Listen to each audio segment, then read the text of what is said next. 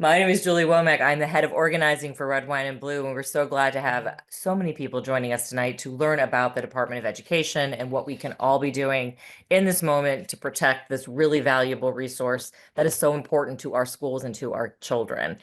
And there is no better person to talk to tonight than our guest, Sharon McMahon. She is a #1 New York Times bestseller, award-winning educator, founder, philanthropist. She's a longtime government and law educator, and she became known as America's government teacher during the 2020 election when she went viral for breaking down complex topics with a steadfast commitment to the facts. She has attracted a community of millions who follow her. Love her stuff. Her followers are affectionately called the Governors. And her debut book, The Small and Mighty, went to #1 on all of Amazon, and was celebrated as one of the best books of the year by Goodreads, Barnes& and Noble, Amazon, and more. Her publication, which you can follow, The Preamble, is dedicated to nonpartisan political insights, and in its first year, grew its distribution to be larger than nearly every print newspaper in America. So we are really, really excited to bring Sharon on for this conversation. Hi, Sharon. Welcome. Thanks for inviting me. I'm so excited to be here. Hey, everyone. Um, we are so excited to have you. So we're just going to start off with the most important question of all. Can you give us a brief overview of what the Department of Education even does? I know that just so many people here probably had not paid a lot of attention to it until it became a central part of the policies that are happening in this country. Mm.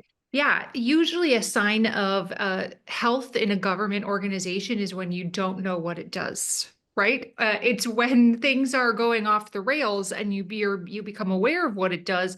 That's when you know that things are starting to take a wrong turn. So at a super high level, the Department of Education has a few important jobs. Probably 90-ish% of education regulations and the administration of education is handled by states. Okay, so like curriculum, hiring teachers, all of that kind of stuff is handled at the state level. But the federal Department of Education, #1, is in charge of administering student aid for college students. So that includes student loan programs, it includes grant programs, and things of that nature. The next thing it does is it administers and oversees a number of important federal educational laws, which we can get into later if you want to, things like the Individuals with Disabilities in Education Act. And then the other thing that it does is it enforces the civil rights of students. And that includes things like students with disabilities, ensuring that they have access to a free and appropriate public education. And I guess I would just sort of add, one more thing to this, which is that it administers a federal program that gives money to schools that are predominantly serving low-income students. So you might hear that referred to as like a Title I school, schools that have that do not receive enough funding through property taxes to be able to run the school in a manner that's befitting the students, so they receive grants from the federal government. So those are the main jobs of the Department of Education. They don't, like I said, they don't hire teachers, they don't set curriculum, but what they do is incredibly important. We need people. We need people administering these really important laws. We need people helping people attend college. And of course, I should mention all of this was true before the Department of Education was sort of recently reorganized, and certain tasks were taken out of the Department of Education and given to other federal agencies. So I'm curious, I know you've kind of already made this point, but I like to be clear because I see a lot of confusion in my community. And I know that Red, Wine, and Blue, for those of you who are new to our organization, maybe you're here because you follow Sharon and you wanted to check this out.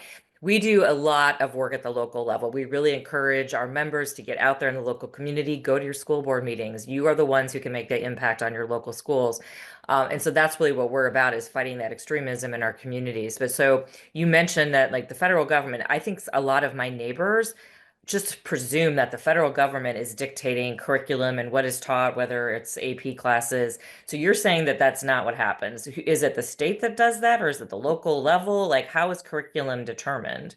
Yeah, yeah. I think because of the way some people in the media comment, it makes it seem as though the federal government is doing things like dictating curriculum to schools, and they say things like, "We're going to send education back to the states." And that sort of leads people to believe that it has been the job of the federal government when that actually has never been the case. Anybody who has worked in education, I know I'm seeing a lot of people in the chat who are teachers, retired teachers, they know where their curriculum comes from.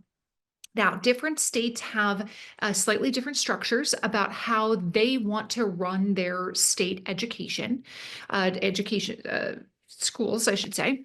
But by and large, states get money from the feds to do things like, pay for the education of students with disabilities. And then states decide how they want to structure their school systems. In some states, there's a very high amount of sort of top-down authority where there are like all children in the state must take the following classes in second grade. All children in the state must take, government in 10th grade and pass an exam at the end of the year in order to graduate. So some states have a very top-down approach, and other states choose to adopt sort of standards where they say within each, grade level, here are the standards we want students to be able to meet. They should be able to, divide three numbers into a certain number of things. You know what I'm saying? Like they set standards for grade levels. And then individual school districts decide how they want to administer those state standards. But there is no such thing as a federal educational curriculum. That is all handled at the state and local level. And how much of it is local versus how much of it is state depends on where you live. But there's no such thing as like, the federal government says third graders need to learn that the moon is made of green cheese. Like, that's not a thing. That's also never been a thing. So when people are saying things of that nature, you can always know that one of two things is true. Either they are intentionally trying to mislead you, or they do not understand how education works in the United States, and thus they are not a reliable source of information on education. One of those two things is true. It's either maliciously misleading you or ignorantly misleading you. Either way, regard that information with suspicion because you're not getting the facts. And I think it's fair to point out to people too that there's a lot of disinformation purposely trying to make people believe some of these things. I know I was with some friends and I asked them about the Department of Education, and not a single person could tell me what they did, but I'm sure they thought that it was policy. So I think that's important for us to spread that information to people. So an executive order was just issued by the president that would begin eliminating the Department of Education. Can you talk a little bit about whatever you can put your history hat on now? Has there ever been an attempt to, like, I guess, get rid of it before, or maybe even why we have a Department of Education? I don't want to make you be a history teacher, but whatever you remember or whatever you can share on that would be really helpful to explain about the department. Yeah. So I think this is one thing that is important to remember. The Department of Education started when Jimmy Carter was president. Prior to that, there were certain things that the federal government did to help protect the civil rights of students, but all of this was sort of solidified into, one department in the late 1970s. And I think the thing that's important to remember here is the reason we needed the Department of Education is because states were not doing their jobs. So this idea that all the states are more trustworthy when it comes to enforcing students' civil rights is not supported by history and is the reason we have the Department of Education, in particular because some states were doing an extremely poor job of enforcing the civil rights of students of color and they were doing an extremely poor job of enforcing the civil rights of students with disabilities. And so that is one reason, much like it's very similar to the idea that states, individual states, some of them were doing a very poor job of enforcing the civil rights of Black voters. And so now we have the Federal Voting Rights Act to ensure that all voters have access to the polls. So that sort of legislation was in response to states not stepping up and doing their job. And the same thing is true of a number of federal educational laws. And the same thing is true about the creation of the Department of Education. It was needed because some states were not providing students with a free and appropriate public education, what people refer to as FAPE in educational circles. They were not providing students of color and low-income students with an appropriate education. And so the federal government said, somebody needs to be making sure that you are, following the rules. That doesn't mean, though, that they, again, designated curriculum. So, yes, there have been many attempts to get rid of the Department of Education. Not extremely serious ones, not ones that, that were more than, say, lip service or performative. But one of the main reasons that throughout the last number of decades, the main reason that people have given for wanting to dismantle the Department of Education is because they believe more strongly in states' rights. There's a perception by some people that nearly all things are better off handled at the state level. And in some cases, that's really true. You can't claim that the students of, Manhattan have the same needs as the students in a farming community in Nebraska. It's easy to see how those schools would have very different needs. So it makes sense that there is a high amount of local control of states or of education. It makes complete sense. But yet there also need to be some minimum level of ensuring that everyone has appropriate access to education. And, the Department of Education has had varying amounts of success at doing this, but that's really the history of why it was needed. That makes perfect sense. And so I can see the fear of what would happen if it was eliminated or gutted. So speaking about funding and money, if it was to be eliminated, how would that impact federal funds for schools, and particularly, like you mentioned, low income schools, rural areas? And what would that do for like classroom sizes, resources, teacher pay, after school programs, or things that are offered to students? Yeah, yeah. I want to answer that, and I see a couple little things in the chat that about federal education that I just wanted to address really quickly. You guys are talking about No Child Left Behind under George W. Bush. You're talking about Common Core, and aren't those things federal, educational curriculum?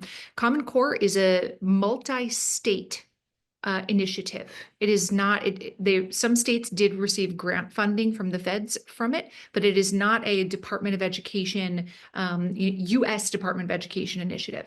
No Child Left Behind also does not dictate curriculum. What it does is it requires states to engage in testing that shows that students are making progress towards a goal of what they call an adequate yearly progress, towards a goal of everybody passing these tests.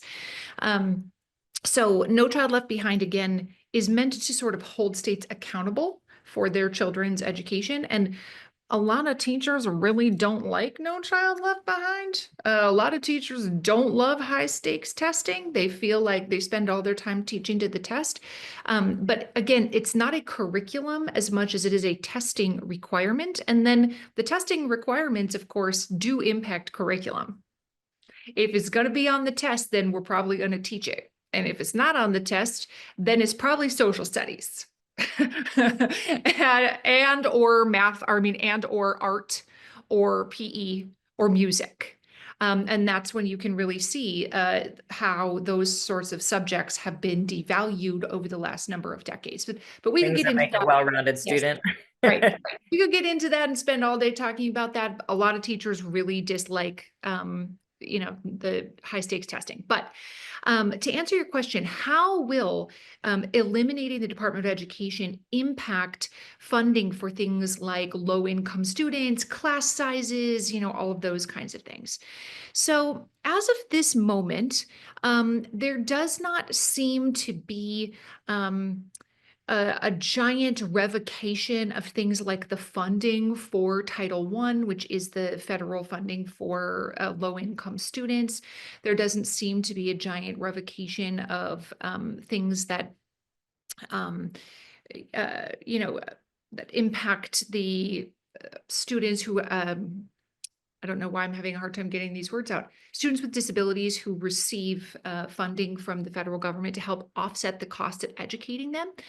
The federal government, by the way, is supposed to pay a lot more for the education of students with disabilities than it does. By law, they're actually supposed to pay up to half the cost. And they, throughout the years, have usually only paid an average of 15%, which, has really put the burden on local districts. So while there does not appear at this juncture to be massive movements to defund these programs, the problem becomes if you do not have the staff to administer the programs, it often has a similar effect to defunding them. Right? You're seeing this, and there have been massive layoffs at the Department of Education. You're seeing this in other places as well, say with the CDC or the Department of Health and Human Services, which is going to, by the end of its endeavor, going to have laid off 20,000 employees. And it's not that they are saying, hey, we don't want any seniors to have Meals on Wheels anymore, erase the funding. The federal government can't really just erase funding. But if you lay off all the staff that administers Meals on Wheels for seniors, it has the effect of defunding it. So herein lies the challenge with these sorts of programs. Most people are not saying, stop paying for kids who have disabilities to receive an education. Most people are not saying that. But if you are gutting the departments that require people to work at them, that then does impact the type of services, the quality of services students may be entitled to. I will say that class sizes in non-Title I schools, those who do not receive special funding for low-income students, non-Title I school class sizes are by and large set at the state and local level. The federal government does not have a ton of say when it comes to local class sizes. I have taught in districts where I had massive classes, where I'm talking I had close to 40 students in a class, which is any teacher outside of, say, a band teacher or an orchestra teacher will tell you that that's like a criminal level of students in a class. And I have taught in districts where it was in teacher contracts that you couldn't have more than a set number of students in a classroom. And so class sizes were kept intentionally quite manageable. So that's mostly controlled by state and local governments. But it is the biggest danger as of this moment is in the personnel to run these programs. Well, and we actually are going to bring on a couple of women who had worked for the Department of Education and were Yeah. part of a reduction in force. So we're going to spend a little time hearing about somebody who was really on the front lines of that. Now, you mentioned that the students with disabilities who could be affected by these programs.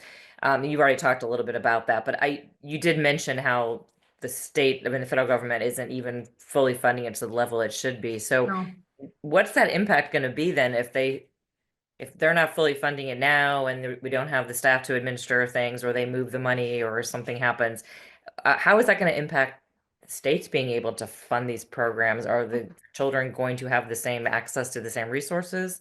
No, I don't think there's any argument to be made that they will. Because most states already have issues with fully funding education. Most states do.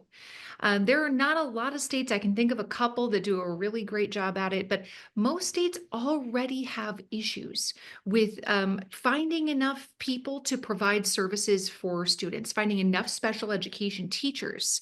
They already have enough issues finding people who are providing things like speech therapy in schools or occupational therapy in schools. They have issues finding enough school counselors, school psychologists, people who are the, sort of this wraparound staff that helps support students with learning and physical disabilities. So because we already have issues paying for and attracting enough candidates to fill all of these open positions in these areas, any reduction in funding is going to impact students with disabilities and low-income students the most. The students who need the help the most are going to be impacted the most. It is not reasonable to think that a school district is going to be able to come up with extra millions of dollars in any given fiscal year. I know the district that I live in has a $5 million budget shortfall this year. And they're going to have to do some really significant layoffs as it is. And now imagine if the millions of dollars that they get for special education funding and Title I funding is removed from their budget calculations. The schools that have the highest percentages of students with disabilities and the Title I schools in my district are going to be the most impacted. So, I don't think there's any argument to be made that the students with the most needs will not be the most impacted by any amounts of sort of federal staffing cuts or federal funding cuts when it comes to those kinds of things. Can we touch a little bit? You mentioned that one of the things the Department of Education does is to protect against discrimination. So the Title IX protections for students, which discrimination, sexual harassment, protecting gender equity, that's what is being enforced by the federal government. So without those, or without a Department of Education, what do you think the impact would be there, or how would those complaints be handled? Hmm. Well, right now, because of the executive order that has moved all of these complaints, all of this civil rights enforcement to the Department of Justice, I think one of the biggest short-term issues is going to be the lack of specialists when it comes to education law. Education law is a very specific field that most attorneys don't receive a lot of training in. They can take, usually it would be, covered in sort of a, rudimentary level in law school. And I don't mean to insinuate that law school graduates are not receiving a high quality education, but it's not the focus of most law schools. You can take electives in education law, and then you can go on to specialize in it if you wish to and get, postgraduate training in it. But most people who work for the Department of Justice are not trained in the very specific nuances of educational law. This is why you cannot just call up any old attorney and get them to represent you in an educational lawsuit. It's a very specialized, sort of nuanced law field. So that's one of the big challenges, like immediate challenges that I see is a lack of, a potential lack of staffing and funding for the enforcement of these very nuanced, specific laws. I've met a number of friends who are federal prosecutors who work for the Department of Justice, and they do incredibly important work, but they are mostly prosecuting criminals and or filing lawsuits against states or corporations who are violating federal law.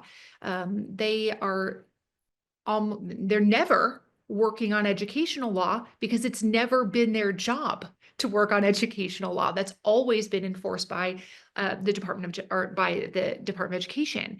So I think that's going to be the immediate impact is a lack of personnel to deal with these issues and also sort of a change of posture of like states need to figure this out on their own. If it's extremely egregious, we'll talk about it, but otherwise a posture of don't bother us with your small potatoes issues. Well, we are going to bring Emily on soon, who was a lawyer with the Department of Education, so she can And she speak to will be that. able to talk very specifically, better than I can even, about how nuanced educational law is and why people at the DOJ are not equipped to deal with it. Right, and you're right. I went to law school. I did not have special like any kind of training on school law. Right? It's like a doctor, right? You have cardiologists, you Yeah, wouldn't want a exactly. cardiologist treating you for something that's with your brain, you know. That's So exactly right. all right, one last question, and then we are going to bring on our two people to talk about what's been happening with them and their roles and jobs in the Department of Education. But we talked a little bit about Pell Grants, because that is one thing that the Department of Education does, is to administer Pell Grants and federal student loans, helping people across the country be able to afford college. So would getting into a college or affording, an education become harder for middle and lower income families, especially? Mm. I don't think it's going to affect like the admissions process in terms of like what are the criteria to get admitted. But I can say again, um, there we have already seen a desire to change student loan repayment programs. Those have been sort of like put off for a year or so. But the income-based repayment programs that allow people to make student loan payments based on, their current income, those were set to be sunsetted for the majority of people who are participating in those programs. And they sort of like said, okay, you can have another year of doing this, and then we're going to start implementing this. So rather than saying, yes, everybody is, nobody's going to get any funding to go to college, I don't think that's true. But I do think not having people who are able to service loans, not having people who work processing FAFSA forms and making Pell Grant awards for people. By the way, Pell Grants are generally given to undergraduate students who are going to accredited universities, and they are often needs-based grants that are given to them to help offset the cost of attending college. And they are given Pell Grants sort of after, people holistically look at their financial aid packages, compare that to their parents' income, et cetera. If they're given scholarships, then then their Pell Grant award might be lower. If they don't have scholarships, maybe they'd get more. So the Pell Grant situation can be rather convoluted, but that really could impact uh, whether or not students are able to attend college, if they are not able to get the financial aid that they need because there isn't staffing Right. to work at these agencies. You guys were saying in the chat too that you're concerned about work study allocations that help offset the students' tuition that can make it harder to attend colleges. Um, there is one other thing that I neglected to mention. This is not about college, but I wanted to bring it up before we move on, which is that they did recently announce the ending of billions of dollars in food aid for students in schools. And most of the student lunch program is administered by the USDA. And there, so too were these billions of dollars in food aid that were meant to help schools buy local agriculture. So again, these are things that are related to education, but the cutting of that funding is related to the Department of Agriculture, even though it does impact education. So that's just one other thing to keep in mind, that not everything that has to do with education happens at the Department of Education, and cuts in other departments like the Department of Agriculture do impact students in school for sure. Absolutely. So I hope all of you now feel like you have a much better handle on what the Department of Education does.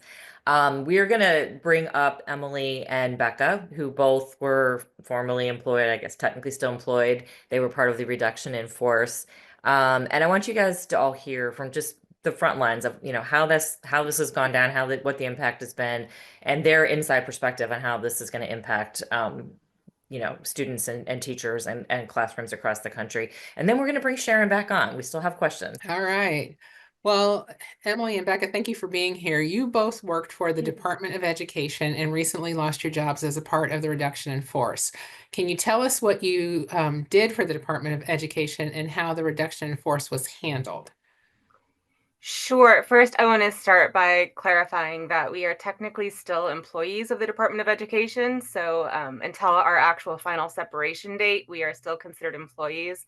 So what we say is going to be a little carefully moderated to make sure that we're still being respectful of the fact that they are our employer. But was the tense kind of gets confused, an attorney with the Department of Education. I've been a lawyer for close to 19 years, was with the department for 12. In my role there, I was primarily a legislative attorney, meaning that I helped to draft legislation on behalf of the department. And I also worked with congressional partners to make sure that the legislation that they were drafting worked with the existing laws that we had. And that we administer, and to make sure that things could run as smoothly as possible. And we worked with other agencies as well, so that when we were coordinating efforts, things would go more smoothly. I also worked on issues of government oversight to make sure that we were minimizing fraud, waste, and abuse.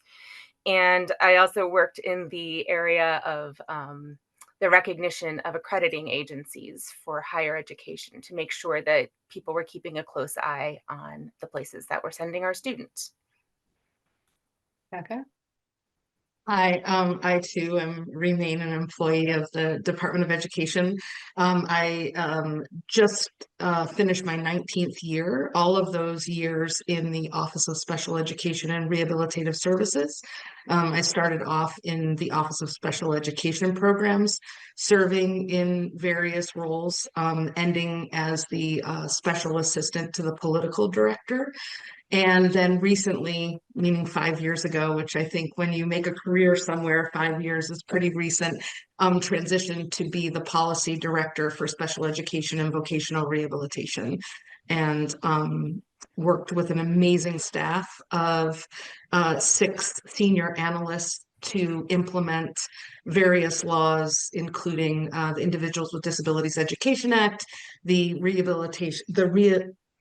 Rehabilitation Act of 1973, and then a bunch of other acts as well. But I will throw in that we administer the longest standing Education Act, which is an act to promote the education of the blind, and that is from 1879. And that is actually the first Education Act that was on the books in the United States.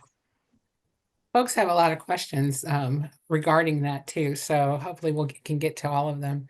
But first, can you tell us about the impact that this has had on your life and the lives of your coworkers at the Department of Education? I think that, we hear numbers, with the stories are what is really important. Yeah, I think, just going over how this sort of was rolled out was on March 11th, I believe. We were given sent an email at 2 p.m. that informed us that the office would be closed the next day, and we would have a day of admin leave and administrative leave, and that we were supposed to come back to work on Thursday. Now, it's important to note that most of us are not allowed to work from home. So we left the building. We were required to leave by 6 p.m. and we left, had no access to our work emails. And at about 6:30 that evening, emails started rolling in, delivering pre-RIF notices. And RIF is a reduction in force. So delivering the notices that we were being let go. But those notices were delivered to our work emails. So it was a pretty chaotic time.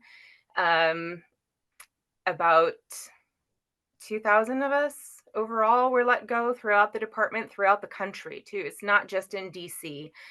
We had people let go in field offices all over the country who performed all sorts of different work, from civil rights enforcement work, helping families with specific IDEA issues, issues of discrimination.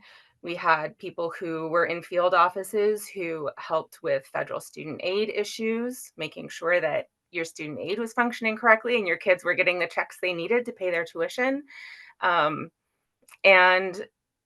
so it was it was a really chaotic time. And I think, and I know that Becca feels the exact same way. To me, my job was much more than a job. It's a mission, right? And this is something that everyone in the department, this was a dream job. We loved working there. The people that we work with are not just coworkers that we tolerate, they are our family.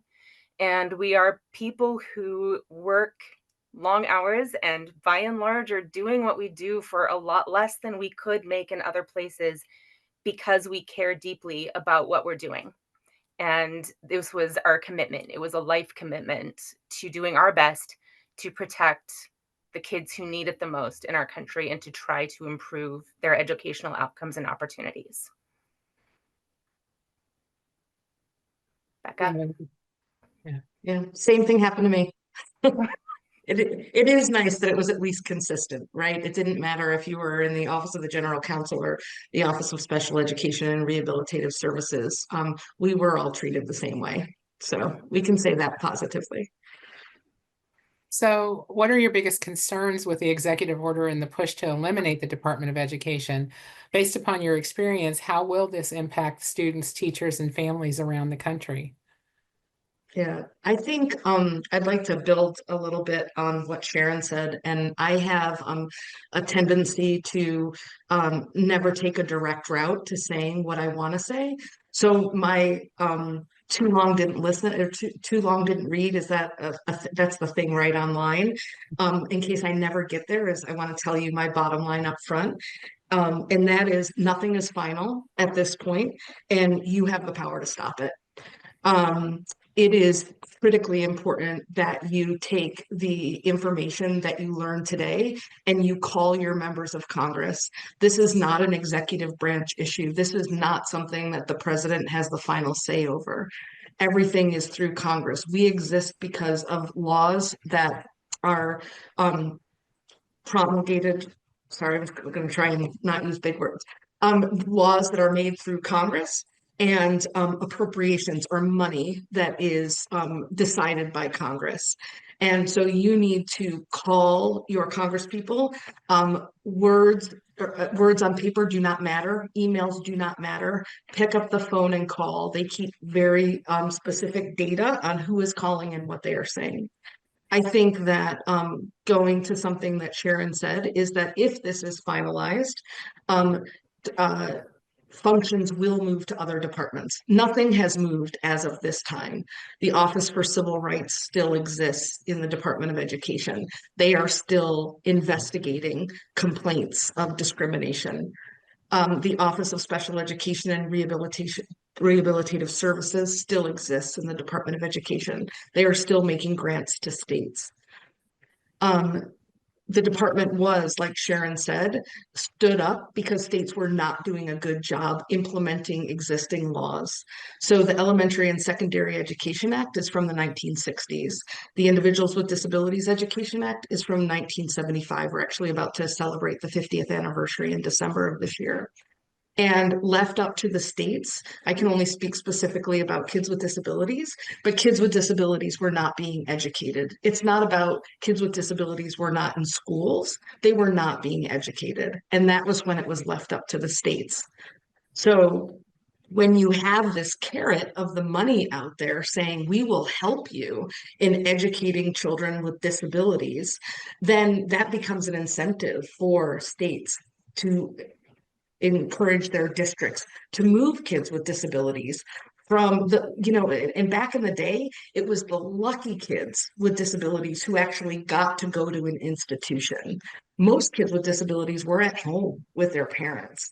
But when those school doors opened, starting in the early 70s, and then when in 1975, when IDEA was first signed into law, that made the difference. And we have been able to achieve access for kids with disabilities.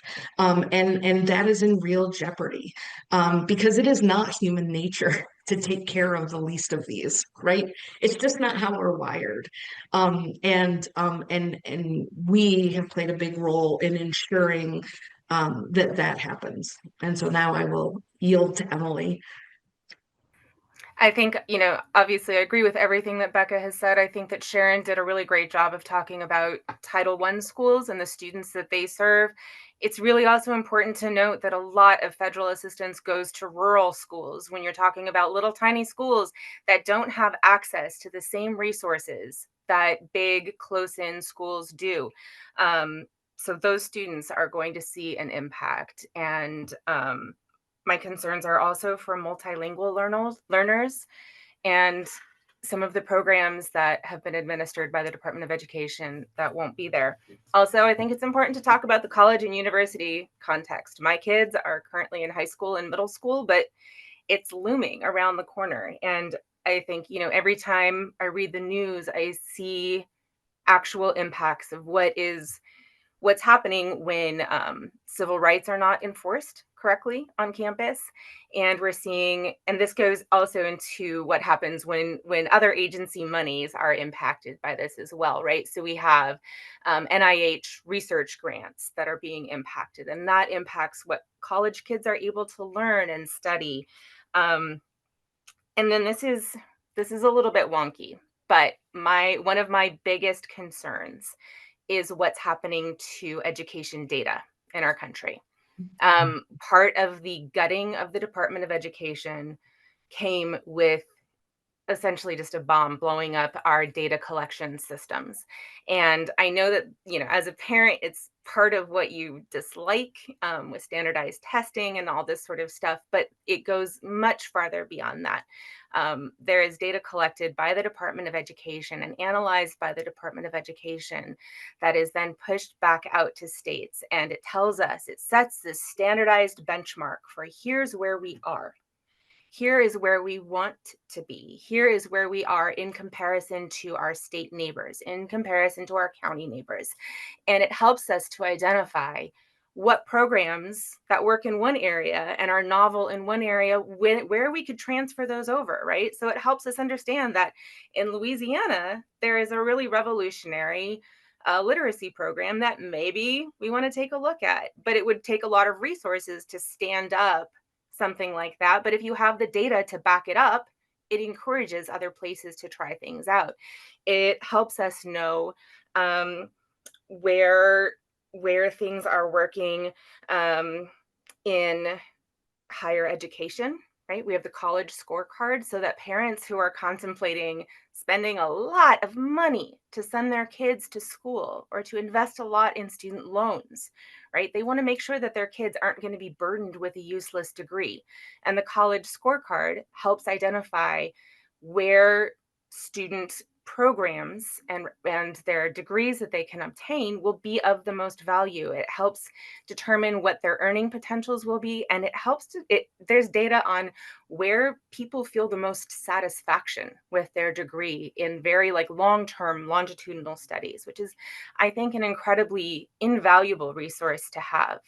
In addition to that, that's the data that we give to Congress, and that helps to make sure that the Department of Education is doing its job and that states are doing their job. And that's a statutorily required thing that it's going to fall apart. And so it's been incredibly devastating to see that.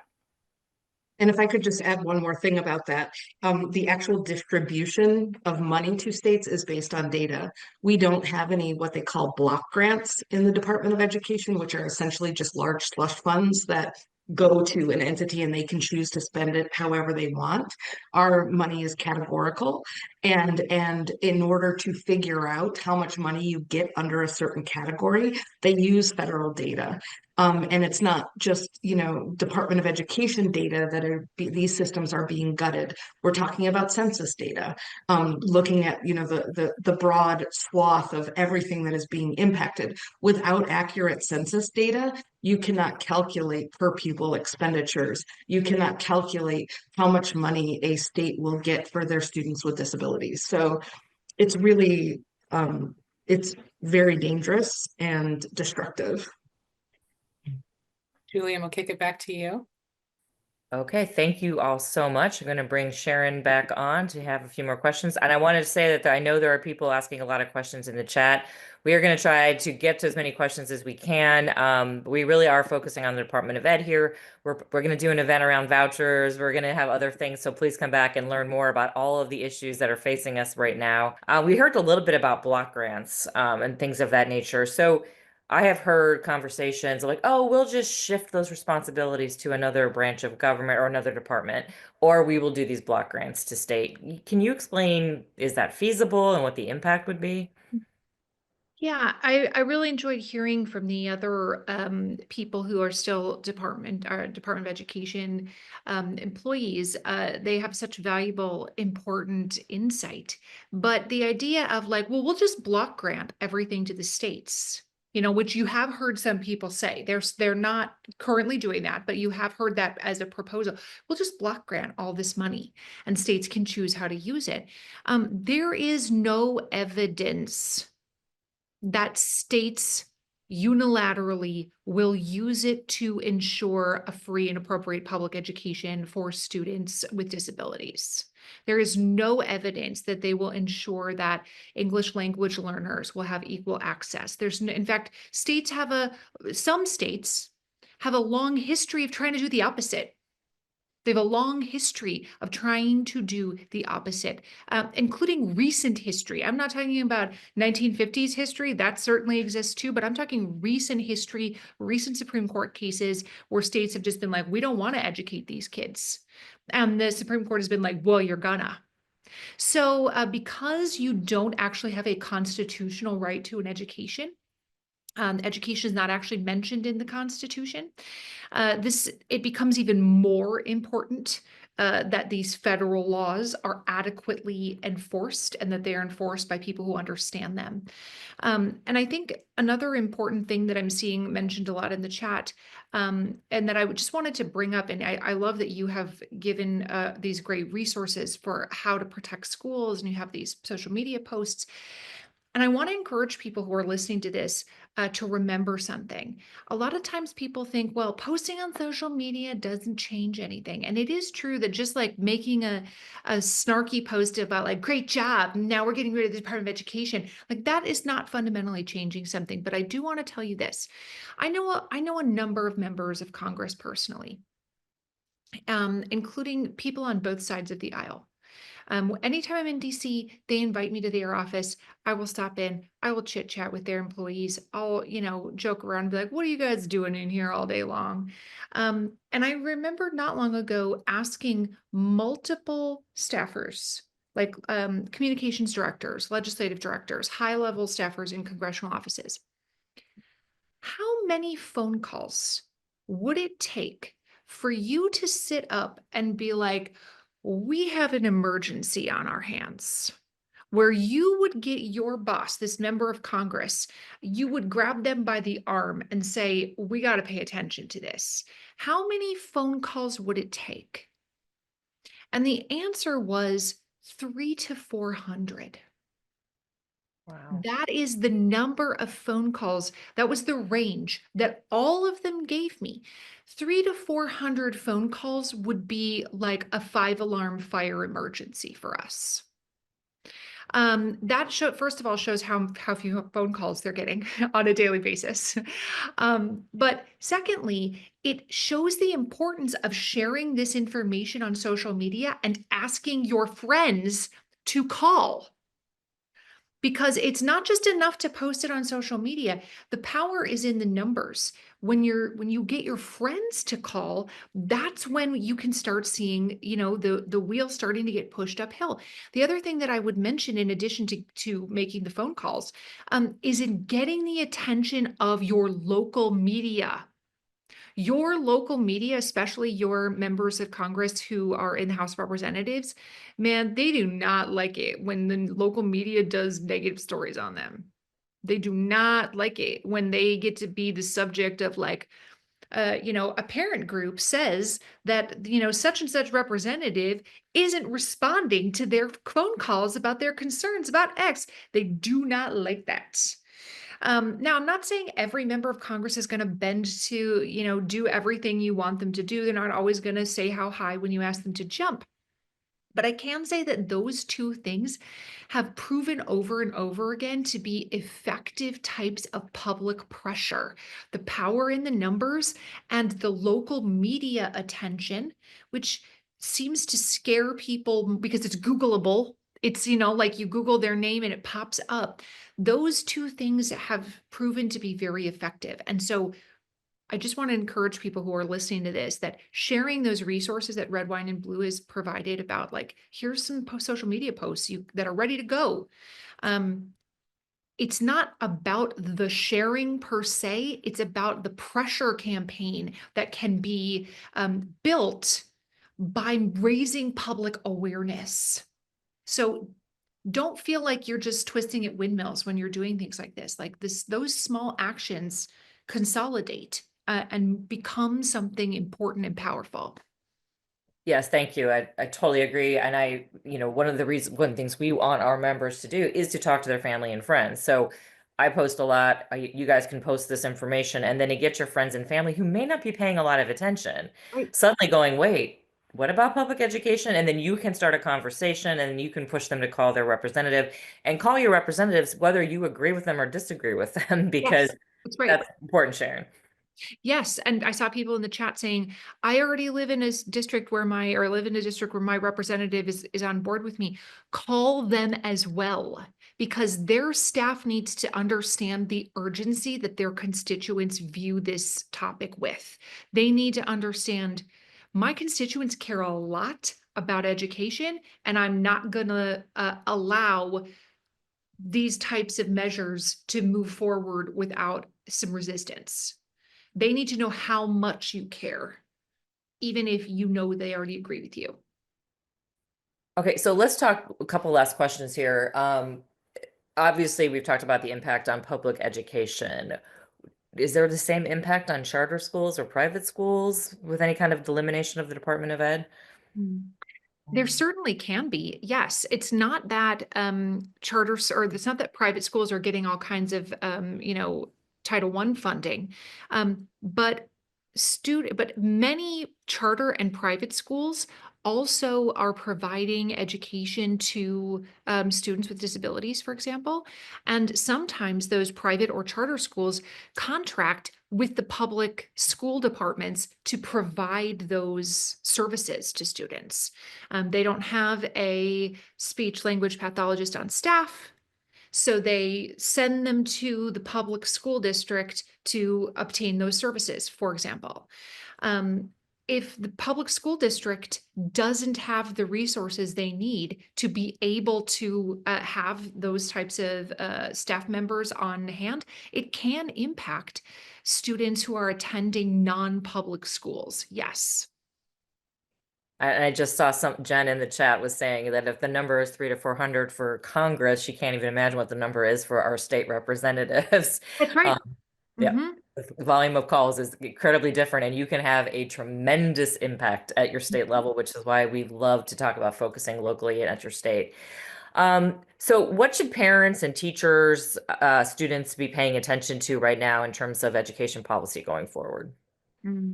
Well, I mean, I think the first thing is to pay attention to misinformation. The best inoculation against misinformation is the truth, right? So understanding what the truth is and just being here today is an important component of that. Paying attention to what other people are saying and assessing that against the rubric of the truth is an important component of anything we're doing here. But in terms of education policy, I think it's important to remember that 90-ish% of what is happening in education is happening at the state and local level. People should be voting for people who are not sharing misinformation about education.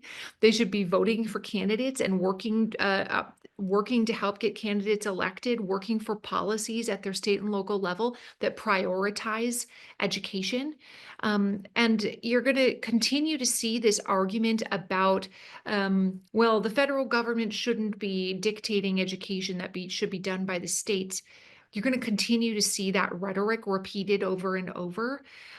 We should get rid of the Department of Education and, send it back to whatever entity they deem appropriate. That's going to dominate the conversation for the next little while, as we're going to start heading into the 2026 midterm elections. And in some states, actually, they have elections for things like governor later this year. They have off-cycle elections. So I think all of that, just being very aware of misinformation, and then aware of how these reductions in force are going to be impacting students is an important component. Okay, last question. And I'm going to stop the chat again too. If my team, I know many of you are here because you follow Sharon already. But if you don't and you want to, I'm going to drop information on how you can follow her, find her book, all of those things. Sharon, but the last thing I want to ask you about is just that what's your advice for everybody on this call, everyday citizens who want to make their voice heard on public education, stand up for the Department of Ed? What advice do you have on that? I think I would just go back to what I was saying earlier, to not allow yourself to be discouraged in doing good. That it is important. Any teacher will tell you this. Anyone who works in education will tell you this. Any parent will tell you this, that your one child matters. The one student you help matters. The one student who gets an education who wouldn't have otherwise matters. That one teacher matters. And so I think it's important for us to remember that, like, when we look at the enormity of the challenges facing the United States, especially when it comes to education, it can be easy to feel discouraged and like, well, I can't fix them. I already tried making phone calls. Nothing happened. Like, it's very easy. It's human nature for us to feel that way. But I would remind you that most of the important changes that have happened in US history, especially at the legislative level, have happened because of the continued persistence of ordinary citizens. The continued persistence, not because somebody rode in on a white horse and got elected and saved everyone. That person, by the way, who wants to ride in on a horse and save you they have the plan, they're almost always a dictator, right? The important things, women's suffrage, civil rights, they happened because of the continued persistence of ordinary people, which is what everyone here is. And Jimmy Carter famously said when he left office as president that he was moving to the only office that outranked that of president, and it was the office of citizen. So do not be discouraged in persisting in your small but important efforts, and recruit some friends and family members, because there really is power in numbers. Thank you all so much. Thank you, Thank you everyone. to Becca and Emily.